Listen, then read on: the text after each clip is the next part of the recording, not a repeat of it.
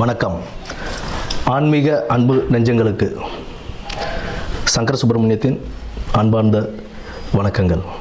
இப்போ நம்ம பார்க்க போகிறது மாசி மாதம் பற்றிய ஒரு சிறிய குறிப்பும், பின்னர் அந்த மாசி மாதத்தில் 12 ராசிக்காரர்களுக்கும் எப்படி இருக்குது அப்படின்றத பொறுத்து தான் இப்போ நம்ம பார்க்க போகிறோம்.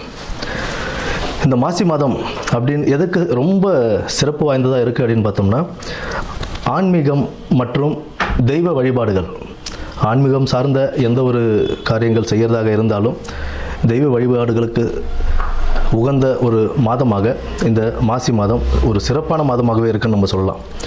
இதில் முக்கியமாக என்ன அப்படின்னு பார்த்தோம்னா, விஷ்ணுபதி புண்ணிய காலம்னு சொல்லுவோம்.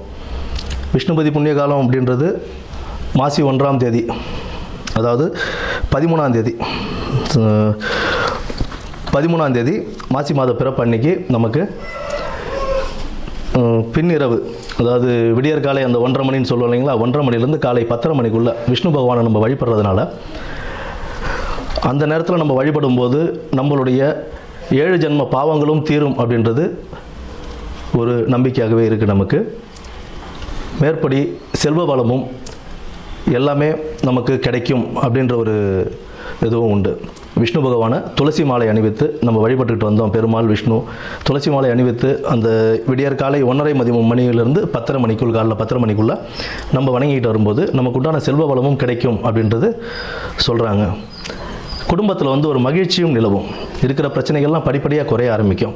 அதாவது இத்தனை வருடத்தில் நீங்கள் ஏகாதசி விரதம் இருந்திருப்பீங்க அப்படின்னா, அன்றைய தினத்துக்கு விஷ்ணுபதி புண்ணியகாலம் அப்படின்ற அந்த தினத்தில் நம்ம விஷ்ணுவை வழிபடும்போது எத்தனை ஏகாதசி, பல ஏகாதசிகள் விரதம் இருந்ததுடைய பலன் நமக்கு கிடைக்கும் அப்படின்றதும் சொல்கிறாங்க. அடுத்தது பார்த்தோம்னா, இந்த மாசி மாதத்திலேயே சிவராத்திரி, மகா சிவராத்திரின்னு சொல்லுவோம். மாசி மாதத்தில் வரக்கூடிய சிவராத்திரியை, அந்த சிவராத்திரி சிவபெருமானுக்கு உகந்த ஒரு தினமாக நம்ம அதை கொண்டாடிக்கிட்டு இருக்கோம், மகா சிவராத்திரியை. அடுத்து மாசி மகம், அம்பிகை ஜனிச்ச நாளாக அந்த மாசி மகத்தை நம்ம வணங்கிக்கிட்டு வரோம். அம்பிகைக்கு ரொம்ப உகந்த நாள் அந்த நாளில் தான் நமக்கு இந்த நீராட்டெல்லாம் செய்வாங்க. கடலில் போய் குளிச்சுட்டு வர்றது, இந்த மாதத்தில் அதெல்லாம் செய்யும்போது கடலில் குளிக்கிறது, ஆன்மீக ஸ்தலங்களுக்கு போயிட்டு வர்றது, இதெல்லாம் ஒரு பெரிய புண்ணியத்தையே தரக்கூடிய ஒரு மாதமாக இந்த மாசி மாதம் அவ்வளோ சிறப்பு வாய்ந்த மாதமாகவே இருக்குது. இந்த மாசி மாதத்தில் பெண்கள், திருமணமான பெண்கள் தாலி பிரித்து கோத்தாங்க அப்படின்னா அவ்வளோ விசேஷம். அடுத்தது இந்த பூணூல் அணிவிக்கும் இதுவும் சொல்லுவாங்க. மாசி பூணல் பாசி படியாதுன்னு சொல்லுவோம். மாசி மாதம் பூணல் அணிஞ்சால் அவ்வளோ விசேஷமாக கருதுவாங்க.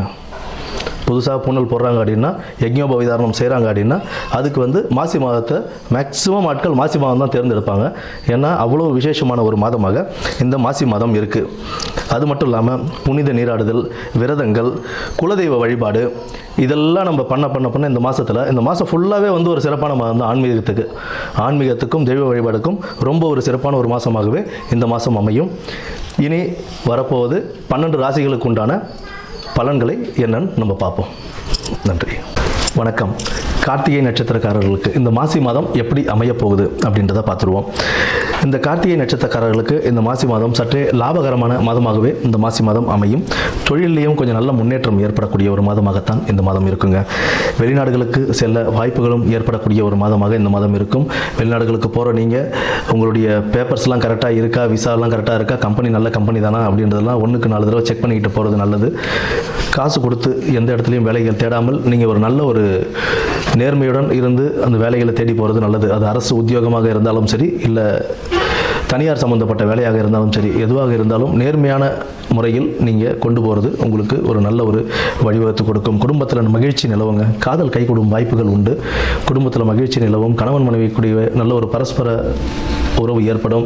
வாக்குவாதங்களை தவிர்த்து எந்த ஒரு வீண் பேச்சுகளையும் விட்டுட்டு, வாக்குவாதத்தை விட்டுட்டு ஒரு நல்ல ஒரு பாண்டிங்கோடு போகிறது உங்களுக்கு லைஃபுக்கு ஒரு நல்ல ஒரு முன்னேற்றத்தை கொடுக்கக்கூடிய ஒரு மாதமாக இருக்கும்.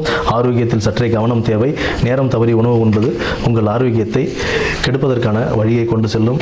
நேரத்துடன் உணவு உண்டு. அதிக ஸ்பைசஸ் உள்ள இதெல்லாம் நைட்டில் எடுத்துக்காதீங்க.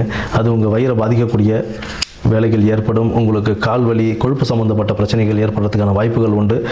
அதனால் அது எல்லாத்தையும் பார்த்துக்கிட்டு மருத்துவ ஆலோசனை பெற்று அதற்குண்ட மாதிரி லைஃப் ஸ்டைலை மாற்றிக்கிட்டு ஒரு நல்ல ஒரு நன்மையான வாழ்க்கையை பெறக்கூடிய வாழ்க்கையை நீங்கள் அமைச்சிக்கணும். செவ்வாய் அன்று முருகன் வழிபாடு உங்களுக்கு ஒரு நல்ல ஒரு வழிகாட்டுதலையும் முன்னேற்ற பாதையையும் வழிவகுத்து கொடுக்கும். நன்றி, வணக்கம்.